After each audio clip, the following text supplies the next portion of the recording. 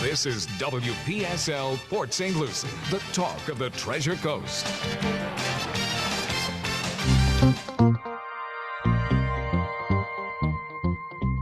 The views expressed on the following program do not necessarily reflect those of WPSL, but we're the ones who've encouraged you all along to like and share them on social media and with all your friends and neighbors, because at this time, each and every week, Martin County Roofing, Rudy's Health Insurance, and the Cartwright Firm present the African American Scene. And here's your host, the one and only Rudy Howard.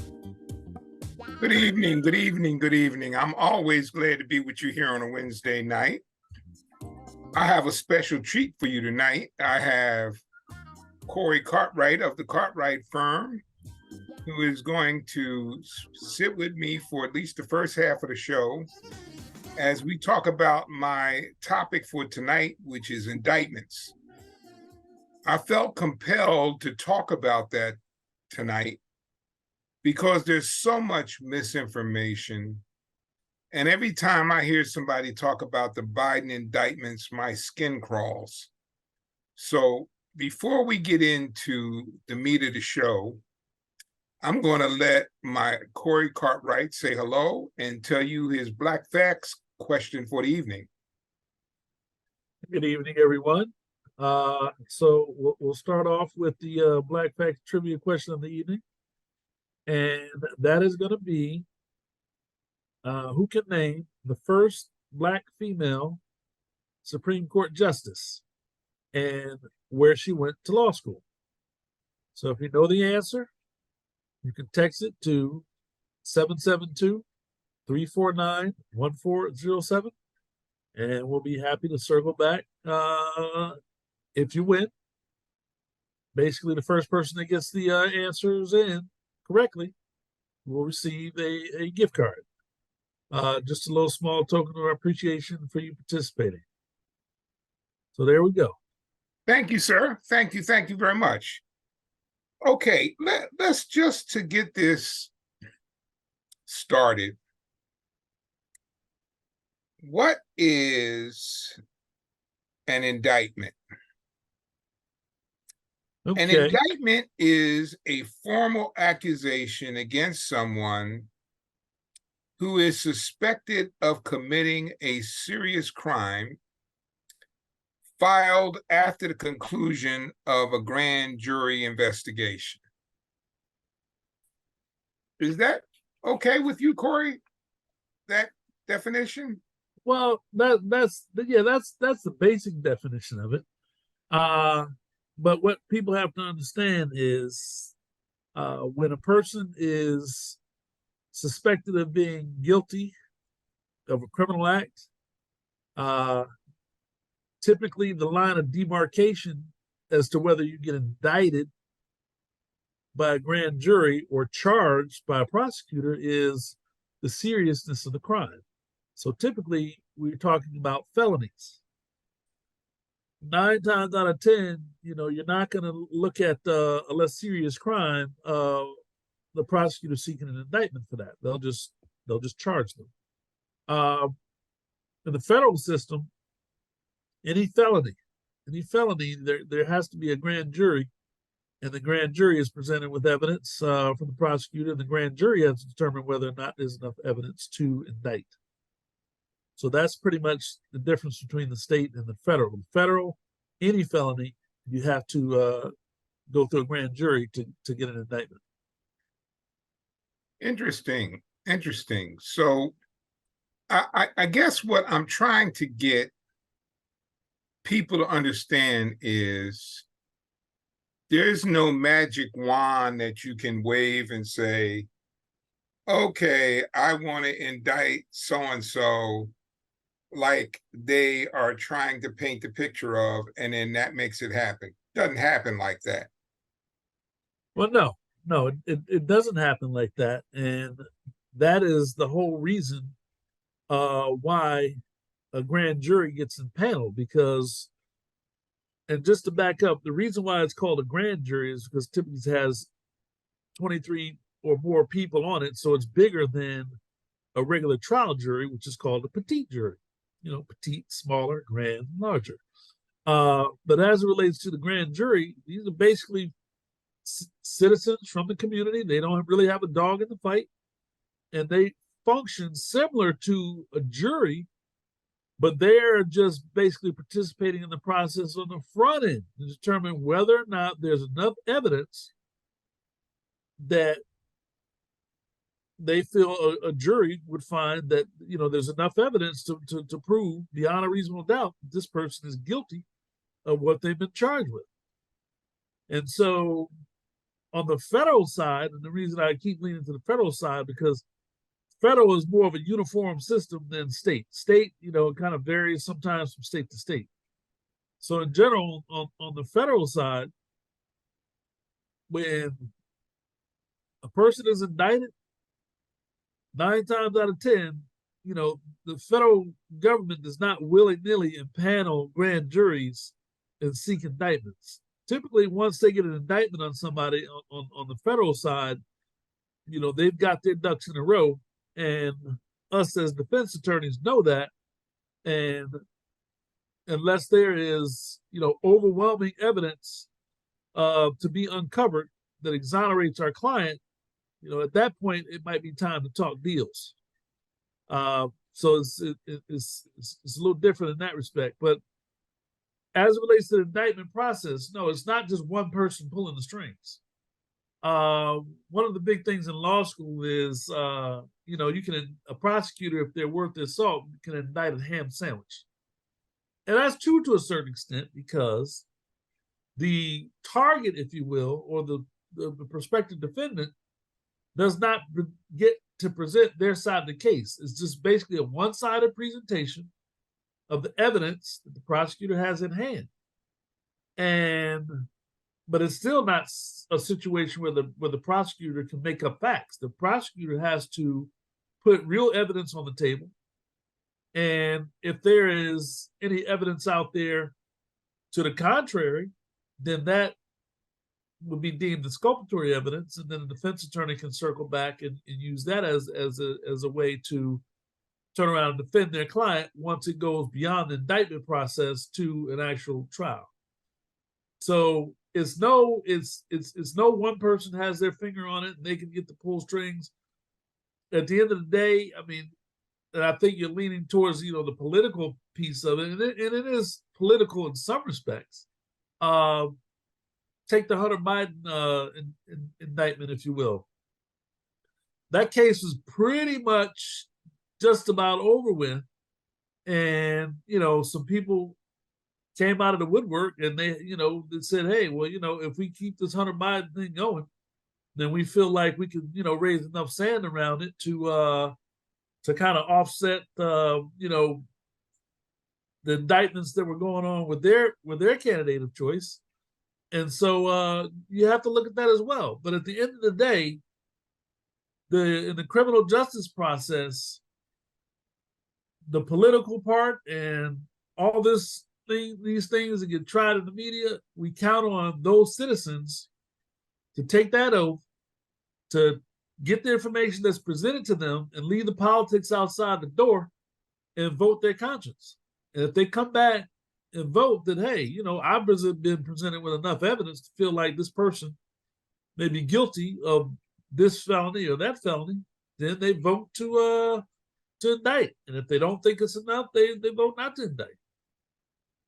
Here's the point that I'm really wanting my audience to get.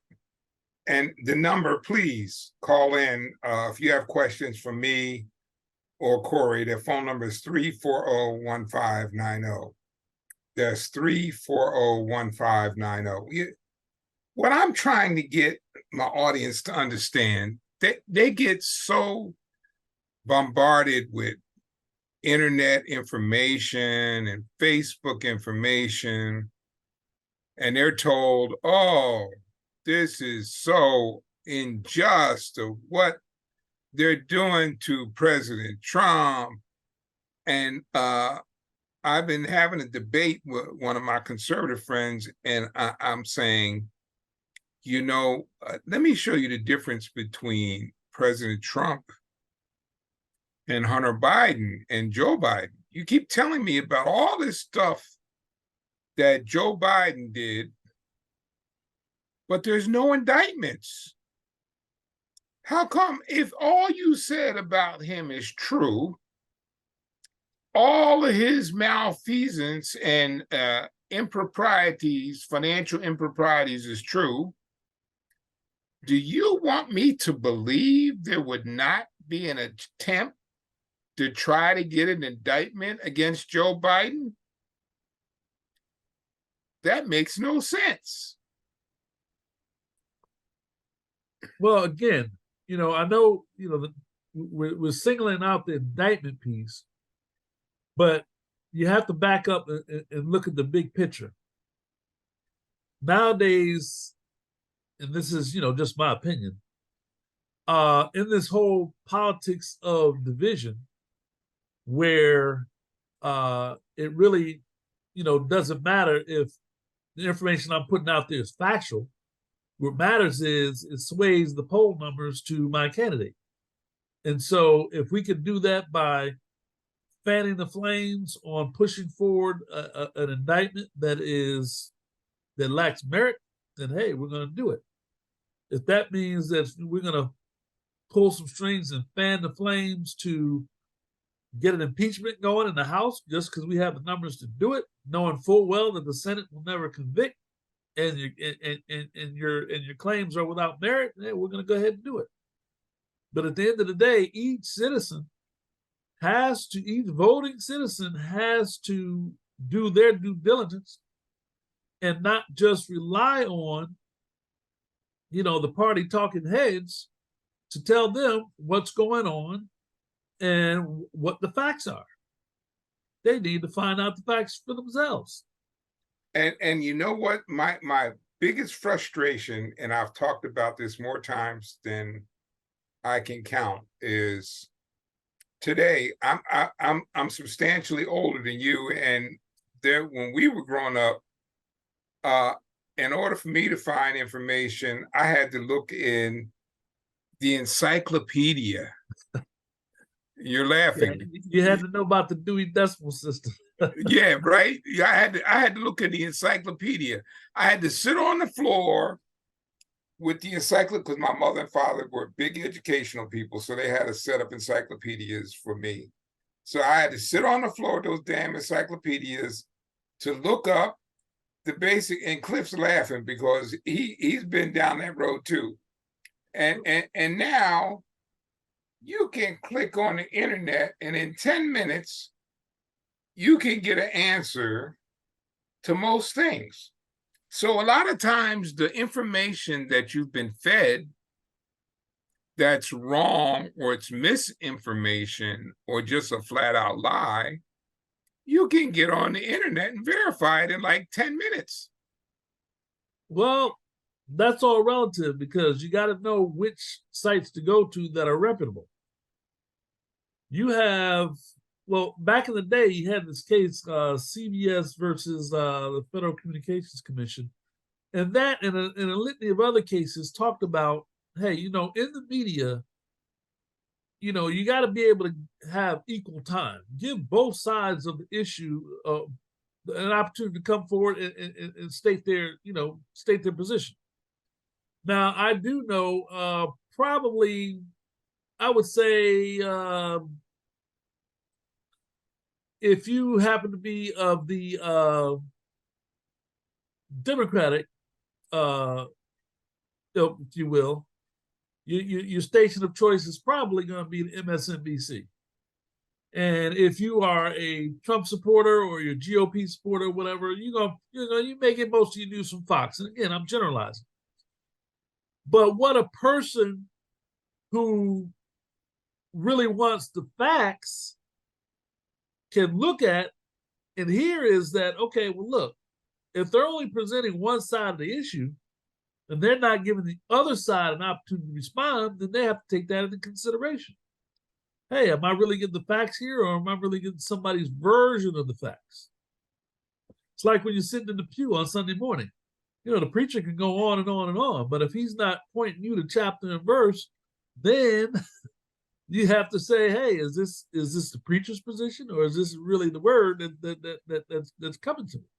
So, like I said, it goes really back to everybody's individual responsibility to educate themselves to a certain point. And I do realize that back then, I am from the encyclopedia generation, by the way. When I left for college, I had a typewriter. I had no computer, a typewriter. And it just happened to transition over to the Mac. It's about that big, and it sat on the desk. I worked for the A&T Register, and that was the first computer that came out. And every day I kicked myself for not buying stock at Apple back in 1989. But that being neither here nor there, it's one of the things that I've also see is the politics of confusion. The alternative facts that come out. But at the end of the day, like you said, you have certain information available at your fingertips. But if you're getting it from TikTok or if you're getting it from Facebook, then, you might not want to put a whole lot of stock in it. Hey, listen, not only that, based on the $785 million judgment Fox just paid for putting out fraudulent information, you got to be careful about the information you get from Fox, which is the favored channel for most conservatives. And allow me to detract for a second. I think nothing of Tucker Carlson. I think he's the most lying, misinformational person that they put out there, and he built them a giant ratings following giving out misinformation. Well, and again, I know who Tucker Carlson is, and I know a lot of people take that position. But you also have to understand that a lot of these guys are not really news people. They basically they're it's like professional wrestling. Okay, yeah, professional wrestling. Yeah, it's wrestling in title, but is it really wrestling? No, it's not. And that's what's been going on at Fox for years. Yes, it and that's has. not the only network. There's other networks like that they have. The late Rush Limbaugh. I mean, he was a master at stirring, up people's emotions and the whole politics of division and things of that nature. But at the end of the day, could he really call himself a credible newsman? Did he ever have anybody on his show with an opposing viewpoint? So you got to take all those things into consideration. And at the end of the day, if you look at a guy like Tucker Carlson, he's in this business to make money. He's in the media business to make money.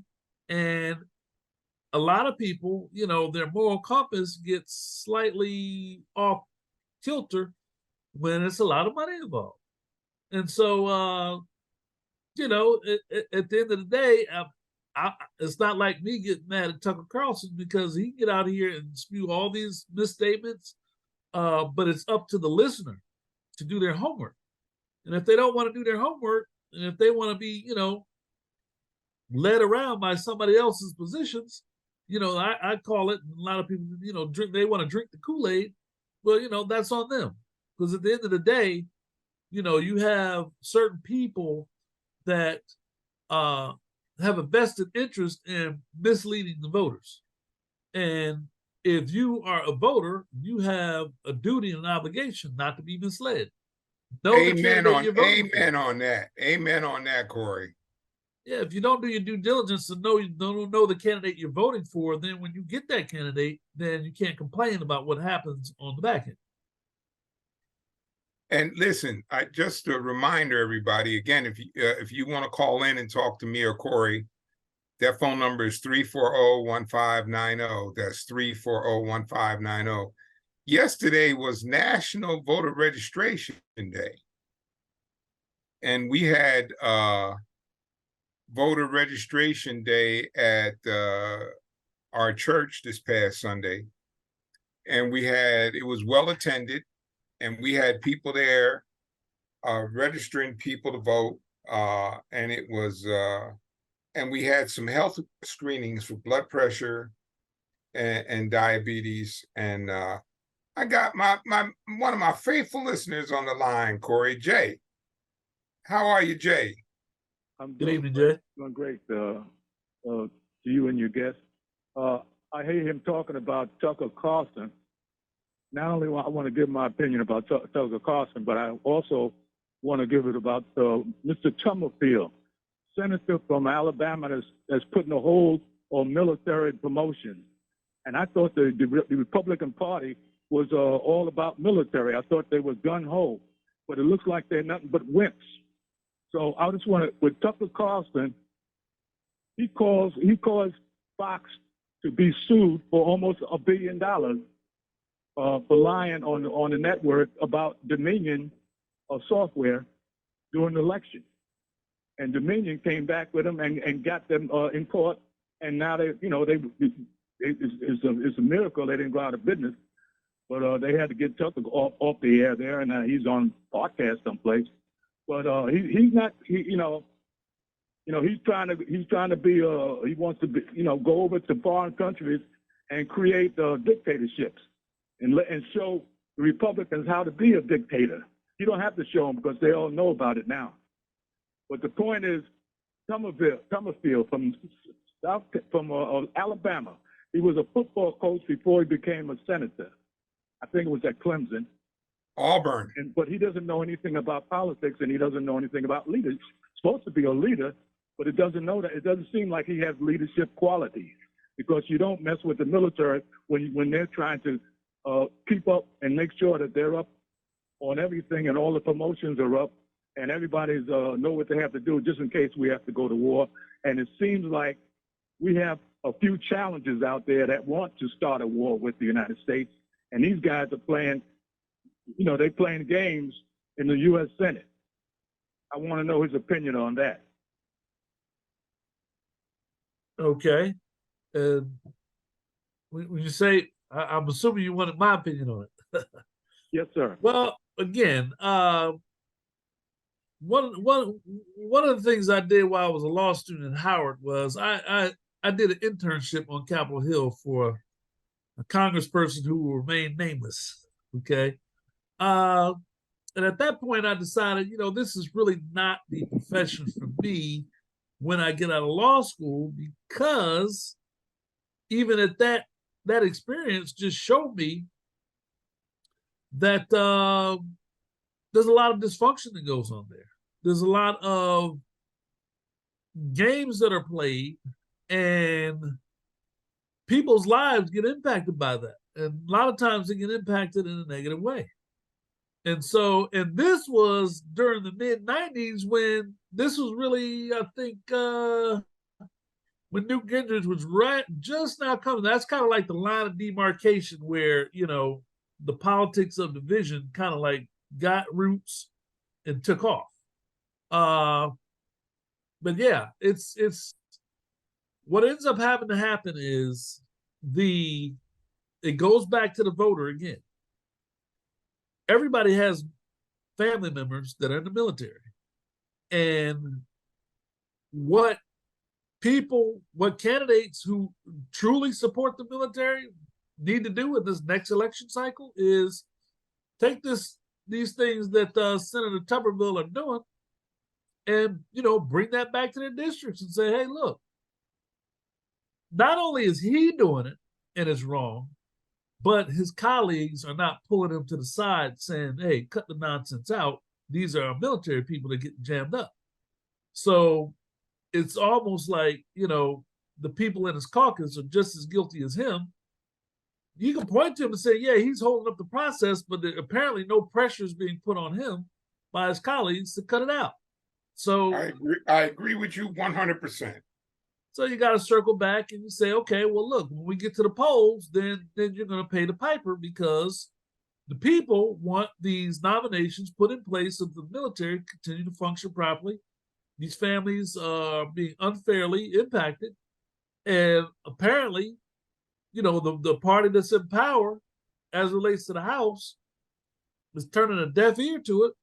And so, and that's the saving grace as it relates to the House. Every 2 years, you gotta step up to the plate and show and prove what you're doing, either for the people or to the people.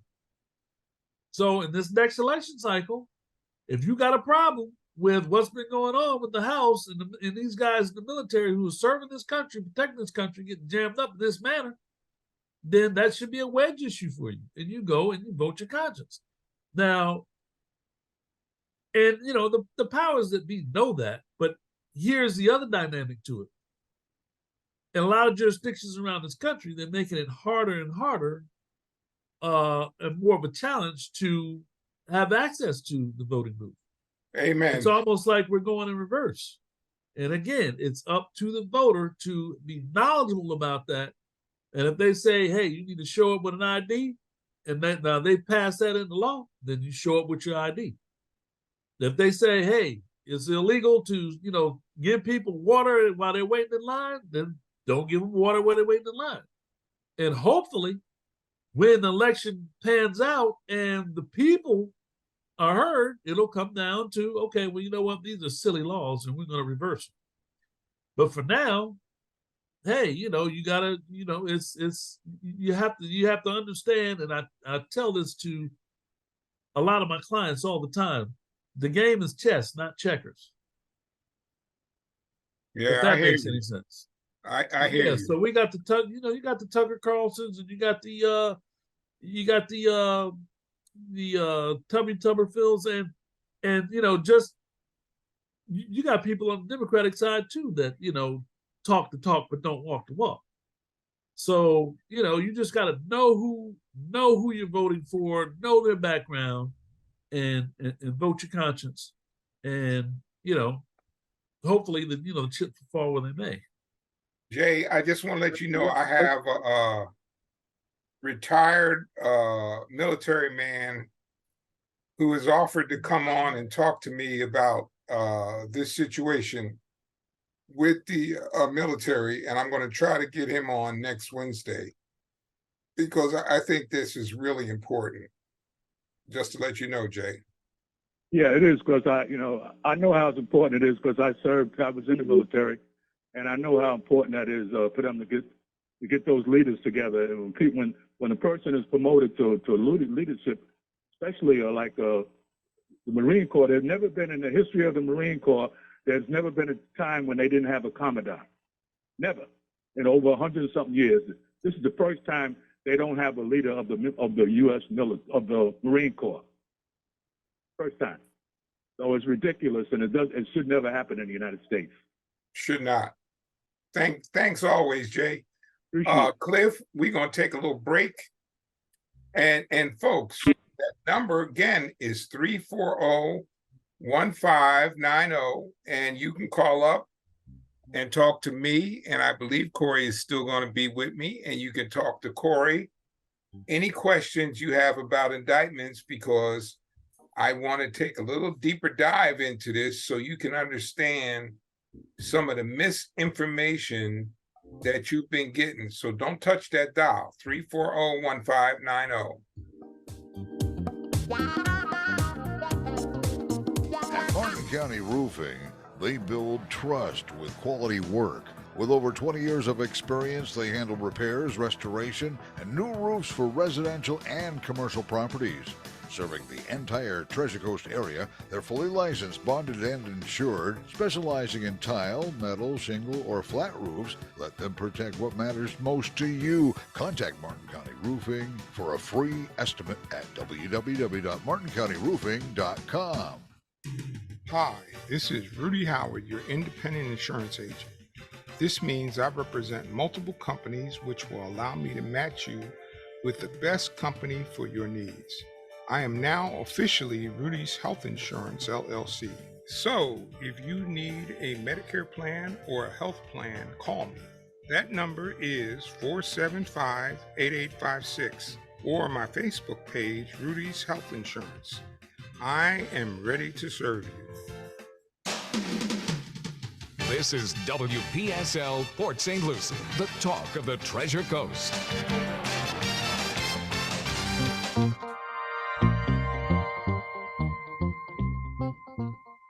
Okay, Cory, did you get that note? What? Repeat the trivia question. Okay, the trivia question for the day is, Can you name the first African American female appointed to the United States Supreme Court and what law school she attended? Okay, and they have to text the answer to? Yes, you can text the answer to my law firm. That telephone number is 772-349-1407. First one that texts in the correct answers will receive a gift card, small token of our appreciation for you participating in the trivia challenge. Thank you, sir. Now, let me say another thing that I want people to understand. If you get indicted by the grand jury, that does not mean you're guilty. You're still under the presumption of being innocent until the case has been adjudicated. So even though you may be frustrated with the fact that somebody has an indictment, the presumption is that they're innocent until proven guilty. Now, I will tell you this, I'm not a lawyer, but I was in the claims side of the business for many years, and I set up litigation management programs. They don't do this unless they think they can get an indictment, because attorneys got big egos. They don't want to go out there. I tried to tell you this last week. I don't know if everybody was listening. Attorneys got big egos. They're not going to go out there and make a prosecution and have a 5% chance of success. That work like that. Well, that's true. You call it big egos. Well, I call it, they got certain career aspirations. And if you go out here and you take a case that lacks merit to a grand jury, and you develop a pattern and practice of that grand jury shooting your cases down, then you end up basically jamming yourself up as relates to being able to move up the ladder, because you can't get indictments. So a lot of times what you'll see is prosecutors will go back to law enforcement and say, hey, I don't have enough to work with here. You go back and investigate some more, get your detectives on it, but there's not enough here, I think, to present to a grand jury that would successfully get an indictment. So that's absolutely correct. And listen, that's why, if you recall, during the whole course of this false elector propaganda, you had all kinds of press conferences and various and sundry meetings talking about false elector information, but they didn't do it in court. And you know why they don't do it in court, Corey? Because they'd be admonished by the bar for going in to present information that's false or misleading, puts their own license at risk. So they'll stand in front of any place and say, this is not true or that's not true, but they don't do it in court. I want people to understand, you get this crap on Facebook and on the internet, but they don't do it in court. Like all this stuff about Hunter Biden, I'm going, I have a guy I've been debating with, and I go, how come there's no indictments? And he goes, that's not the point. And I said, no, you're wrong. That is the point. Because if there was enough information against Hunter Biden, there would be, or Joe Biden, there would be an indictment. Am I off the base here, Corey, or what? No, you're on base. But what people also have to understand is that this prosecutor, now turned special counsel, that's investigating Hunter Biden, is a Trump appointee. Yes. And when Merrick Garland came in, he could have said, hey, and it's very normal for there to be a shakeup of U.S. attorneys. And he could have, pulled him off that case and assigned his own person to it. But he left him on there. Yes. And so at the end of the day, after millions of dollars get spent, they're on the cusp of a plea deal, And for whatever reason, the plea deal falls apart. And now you're trying to press the issue, but at the end of the day, the facts don't change. The facts are still there. And as it relates to this gun charge, I've seen a lot of prosecutors say, that's typically never a charge that's brought that stands alone. And not only that, but it's typically not charged as a felony. Line on the application is typically something that is, charged lesser than that, and then not only that, but it's resolved through some sort of diversionary program. But again, because the spotlight is on it, and folks, are clamoring, for blood because they feel like, hey, if we can somehow connect Hunter Biden's breaking of the law to his father, then we'll score one for our team. But yes, again, that's true. You have to use your common sense as the voter. If the man has already spent millions of dollars and was on the verge of a plea agreement, and now the plea agreement falls apart, well, the facts are still there. The facts that he's been working with all these years are still there. They haven't uncovered anything new. If they had uncovered something new, it'd be all over the news. And so, at the end of the day, like I said, it all circles back to, and I know it's cliche, but it all circles back to, the American people, the voter. At the end of the day, collectively, they're the boss. And what goes on in Washington, if it gets tolerated by the masses, then, hey, they're going to keep up the shenanigans. But if it's not tolerated and people start getting sent home, then, then the politicians will take it more serious that, hey, you know what, we're basically here to serve the interests of the people, not ourselves. And classic example of that, what went down during COVID. You had people from both sides of the aisle benefiting financially from information that they knew about that the general public didn't know about.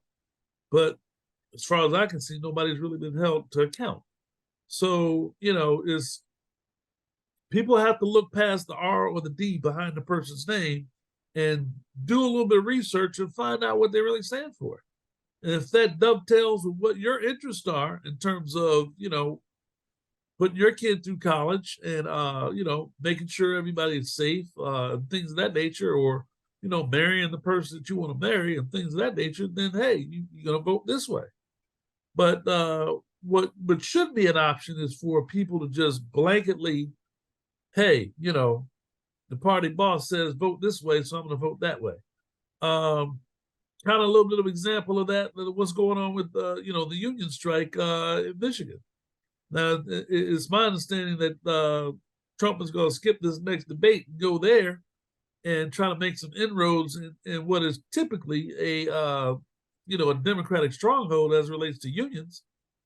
But what it boils down to, and a lot of people, this is really never a truer statement in politics or law. A lot of times you got to follow the money. And if you have politicians that say they're for the unions, but they craft laws that allow the CEOs to make so much more than the rank and file, then you already know that, hey, this person is lying or his mouth is moving. Which one is it? So, it's really all about educating yourself. And if you don't educate yourself, about who you're voting for, then you may as well just, cover your eyes and just check off, because it really doesn't matter. You just become a pawn in the game. Well, and you're so right, because I've talked about this on here before. If you go and you look back, and in the 60s, in the 70s and 80s, CEOs were making 30 to 40 times the lowest paid worker. Now they're making 300 and 400 times the wage of their lowest paid worker. Here's the other thing, and I'm just old enough older than you that you probably don't remember this, but when I graduated from college, 1974, I never asked whether I was getting health insurance. Every job I interviewed for in 1974 came with health insurance that I didn't have to pay for and a pension. All of them. I didn't have to ask anybody for health insurance. They all came with health insurance and a pension. They said they can't afford pensions anymore, okay? So they got to go to 401ks. They said they can't afford health insurance anymore, and you have to pay part of your health insurance. But now let's fast forward to 2023. Companies are making more money than they have ever made in the history of this country. Where'd all that money go? Where'd all that money go? Well, are you asking me? Well, it went into the pocket of what is called, the 1%ers in this company. I mean, let's call balls and strikes here. I don't understand why a CEO needs 2 or 3 jets. I don't understand that. I don't understand why a CEO can come in, do a bad job, get fired, and get a $20 million golden parachute. I don't understand that either. But it's across the board. It's not only in business, but it's in sports too, which is a business. Yes. It just basically, in my opinion, it is a breakdown in what this country's priorities are.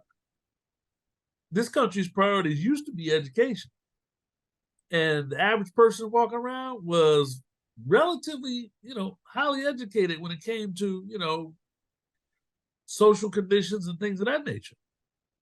But now it's like, hey, you have all this access to information and facts, and people are less interested in educating themselves and understanding the facts before they jump into, hey, I'm going to vote for this person, I'm going to vote for that person, I'm going to take this position, I'm going to take that position.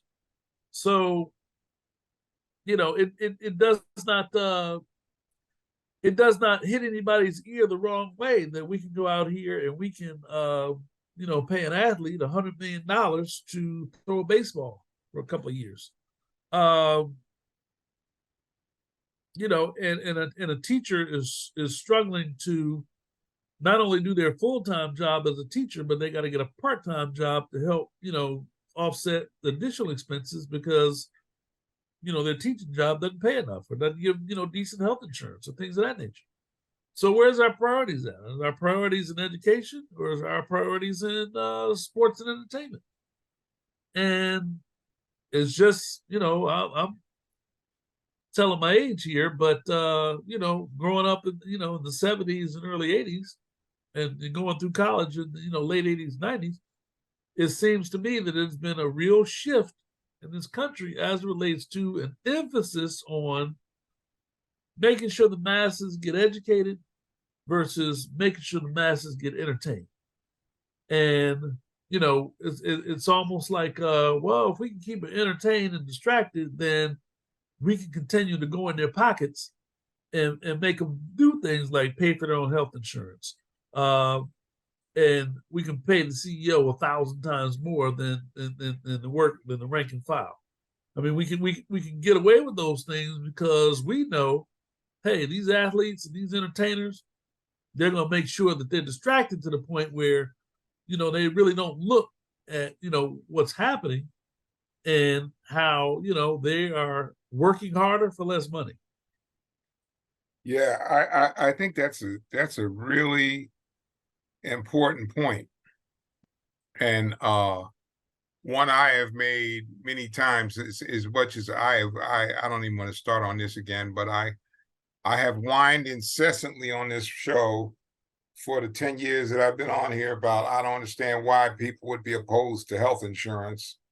And I actually took one time a unofficial survey on Facebook, and I asked, I put out a poll and I said, would you be opposed to paying $10 more in your taxes for everybody to get health insurance? I had 100% agreement. Nobody said, I didn't have one person say no. And that's $10. You know, just saying, would everybody be willing to pay $10 extra on their taxes so everybody make sure that they get health insurance? I did not have one person say no. Wow. Well, what people don't realize, I think what average people don't realize is that you pay anyway, because if the person doesn't have health insurance, then the ER becomes their primary care physician. Absolutely. And everybody who's been to the ER understands that things cost 10 times more in the ER than they do at primary care physician. That was really the whole backbone of the Affordable Care Act. It's like, hey, we're spending this money anyway, but we may as well spend the few dollars on the front end, link them up with primary care, then the hundreds of dollars on the back end by these folks having to use the ER as their primary care physician. It's kind of the same concept with education. We pull all this money out of education, and then we put it over here in the other pile for prisons. And at the end of the day, you know, that's a policy that can't sustain itself. So you educate, you put the money in education, that's a policy that can sustain itself, because that educated person is going to come out, get employment or career, and they're going to start paying into the system. But then when you have it set up where, hey, well, these folks are going to basically be earmarked for penitentiary, well, does the taxpayer want to continue to pay for this person's 3 hots and a cot for 10, 20, 30, 40, 50 years?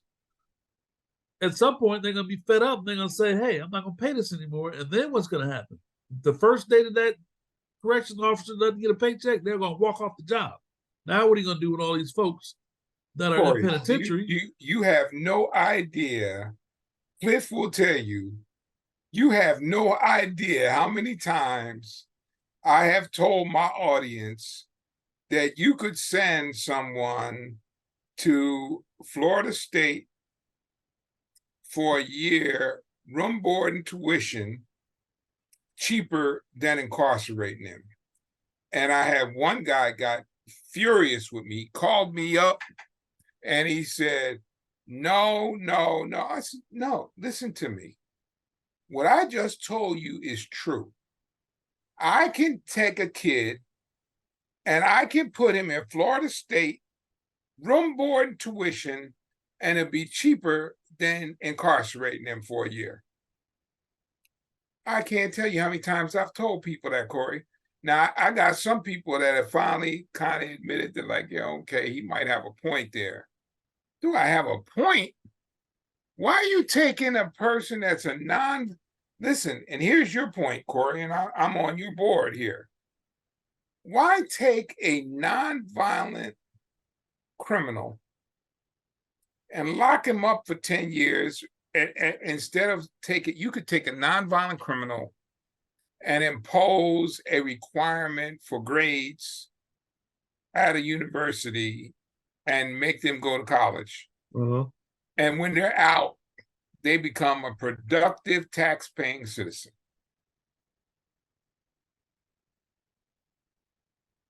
It's just obvious. I mean, that is just an obvious solution. So, but I just want to say here, as we're coming to a close here. You can't believe how fast this went. I know. you were thinking, an hour? How am I going to do a whole hour? Yeah, okay, yeah. And it just flew by. I just want you to know, audience, when everybody's out there talking about Hunter Biden and Joe Biden, They can say that all they want, but until they were willing to go into court and say it, it's all supposition and conspiracy theory. So if you're complaining that you don't understand why Joe Biden has not had his day in court, I want you to think for a second.